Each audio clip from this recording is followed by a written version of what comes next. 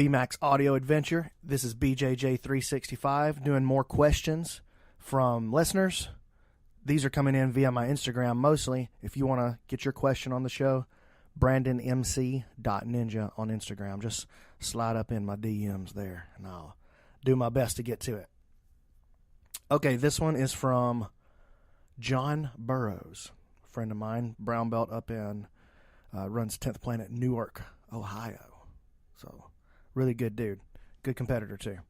Who are your top 5 instructors and your top 5 competitors, and what makes the list different? And then he puts a little heart emoji at the end. Thanks, John, for the heart. And thanks for the question. 5. 5's too many. How about 3? What if I give you 3? Will that appease you, John Burrows? Top 3 competitors. Marcelo is my... Ooh, it's tough because my 2 favorites to watch are Marcelo and Roger Gracie. So Marcelo Garcia, Roger Gracie. But it'd be hard to say 1, 2, like which one I like better. It depends on what I'm in the mood for. But Roger's technical precision is just so incredible to watch. I'm a big Roger Gracie fan. Love his passing. I'm a big Marcelo fan. Marcelo he moves a lot more quickly. It's a different kind. It's almost like he's doing a different kind of jiu-jitsu than Roger is. It's beautiful to watch, too. Hard to say. One of those 2 guys. And then to pick somebody who's not retired, today my favorite guy to watch, I'm not saying he's the best, though you could at least make argument these days. But my favorite to watch is probably Gordon Ryan. I'm on purpose not mentioning 10th Planet guys, right? Like I have a special place in my heart. I'm very biased about the 10th Planet guys because a lot of them are my friends. So I picked no 10th Planet guys. I would say my favorite to watch currently is Gordon Ryan. Think what you want about that dude, but he has a beautiful jiu-jitsu. And even though he's a big, strong guy, he moves with a tremendous amount of efficiency. So I really love watching him. Top 3 instructors. All right. Rickson Gracie, Carlos Machado. I've trained with both of those guys several times, just like seminar or off to the side kind of stuff. Never been in their classes. I know Carlos decently well. I don't really know Rickson. But those guys are incredible to sit and learn at the feet from. Like, I really appreciate the kind of jiu-jitsu that they do. It's very looking for getting more comfortable. Both of those guys use that word a lot, comfortable. Looking to become more comfortable and to make my opponent more uncomfortable. And that word, I don't know why, but something about that word changes the way that I feel jiu-jitsu. So, yeah, Carlos Machado, if you've never, obviously everybody says Rickson, but if you've never trained with Carlos, I couldn't recommend it more highly. I'm a big Carlos Machado fan. He's been able to help me a lot over the years. I think my other one would be Ryan Hall. I think he does the best instructional material on the market. Again, I'm trying to, on purpose, exclude 10th Planet guys because obviously, like, Eddie is my coach and I'm obsessed with, like, picking his brain and stuff. So I'm on purpose not naming him. But Ryan Hall, I think, would have to be my other one. I don't know Ryan personally. I've actually only met him maybe one time. But, man, yeah, he's super, super good. Love watching his material. All right, the next question comes from Virtually There Productions. I believe that's Kendall. I believe it is. He says, what helped you overcome plateaus? First of all, plateaus, it's important to say that plateaus come at every belt level, and probably multiple times per belt level. So you learn something new and you hit a period, or you get excited and you hit a period of like tremendous uphill growth, and then you kind of flatten out, and then you hit a period of growth and then you flatten. But it's important to note that those plateaus, like you could even like mark your journey by the plateaus if you wanted to. Like, that's how reliable those things are going to be. You're going to hit plateaus, and when you hit them, you could almost go, all right, cool, that means another period of growth is coming soon. All I have to do is just continue to show up. So for me, how do I get over plateaus?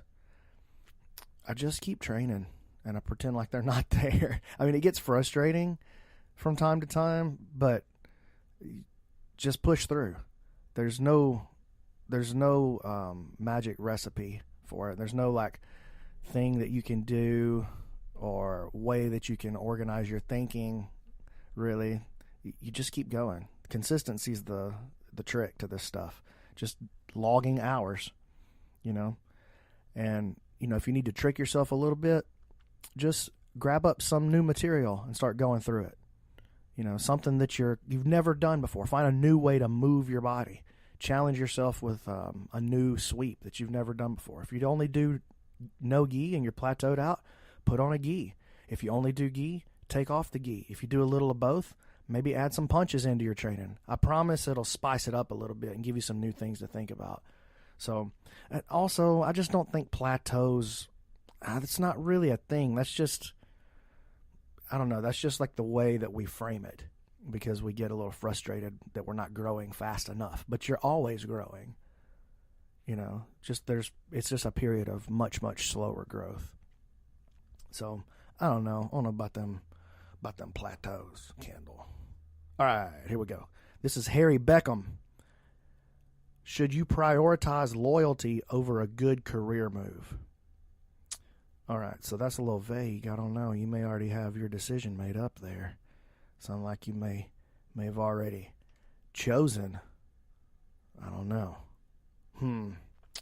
Loyalty over a good career move. I think anybody who deserves your loyalty, then yes, you should prioritize loyalty, because that's what loyalty is. But there's a lot of people who ask for loyalty. I would say most people that ask for loyalty and that demand loyalty don't deserve loyalty. Loyalty is not something that you should just give out freely. I think, like, for instance, loyalty to a martial arts instructor. Look, I'm down to learn from anybody, but I'm only loyal to my coach and my training partners. You guys know what I'm saying? And I chose my coach carefully. I choose my training partners who I let close to me carefully. Same thing in like take it out of the martial arts context. Just think about marriage. I don't give my loyalty away for much, but if my wife said, "Hey, listen, I need you to stay here. I want us to stay here instead of taking this incredible job," or what? Well, okay, yeah, let's talk about it. But at the end of the day, my loyalty to her supersedes everything. So, yeah, if somebody is deserving of your loyalty, you should value loyalty over a good career move. Good question. I hope that helped you. It may not. You may disagree. That's okay. Goon-jitsu. What motivated you to stick with training even when life shows up? Training is just part of my life. Training is one of the ways that I deal with the things that show up in life. So it's a way for me to show up to the gym, and the train's coming. I hope you guys can't hear the train when it comes across. I never go back and listen to these, but I hope you guys don't hear that train. It's right outside my office. It's super loud. Anyway, training is how I deal with the things that show up in my life. So if I'm stressed out, I can turn up at the gym, give it 2 hours where I don't really think about that thing, and it may be back. It doesn't mean I don't deal with it. I do think it's important to deal with the things that life hands you. You can't just pretend like they're not happening. But I do think it's a good idea. Get out there, bust a sweat, put some hard work in, and gain some perspective after you're not emotional about it anymore. So I use jiu-jitsu as a tool to help me deal with the things that show up in life. So that's a great question, man. And I would be interested to hear from some of you guys. How do you deal with life and what keeps you motivated to train even when life shows up? That's a great question, man. That's the kind of question I'm talking about, this BJJ365. You know what's another thing that motivates me? Having a fine pair of flip-flops. A fine pair. Maybe a customized pair. Maybe a personalized pair of Brazilian leather flip-flops. Oh, I'm talking about toe hold. You know what I'm talking about. That's those fine folks on Instagram, TOE_HOLD. And guess what? If you are a listener of this podcast and you screenshot this whatever you're listening to it on, podcast app, on Apple or the Spreaker app perhaps, maybe you like it on Stitcher or you got it out of the Google Play Store. I don't know. Maybe it's YouTube. I don't know. However you did it, screenshot it. Tag me, BrandonMC.Ninja. Tag Toehold. Share it on your Instagram, and we'll enter you to win a free pair of flip-flops. Not some little cheapo flip-flops, guys.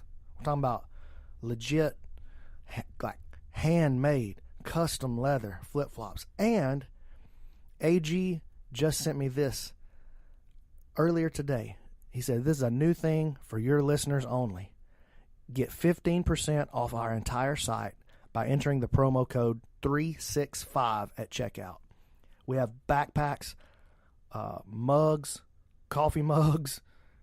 It actually says Hug coffee mugs. I think that was a typo. I don't think they have Hug coffee mugs. I think just regular coffee mugs. I don't know what a Hug coffee mug is. Backpacks, coffee mugs, shirts, belts, hoodies, of course the flip-flops, and they can always DM me for special pricing on custom flip-flops too. And I said, awesome, man. That was my response. Very classy. So anyway, go check out my man Toehold. Go check out my website. And don't forget about my little t-shirt shop, www.10p4l. Got some pretty cool ones over there. I'm not going to lie. They look pretty good. Keep sending in those questions, and I'll keep doing my best to answer them. Love y'all.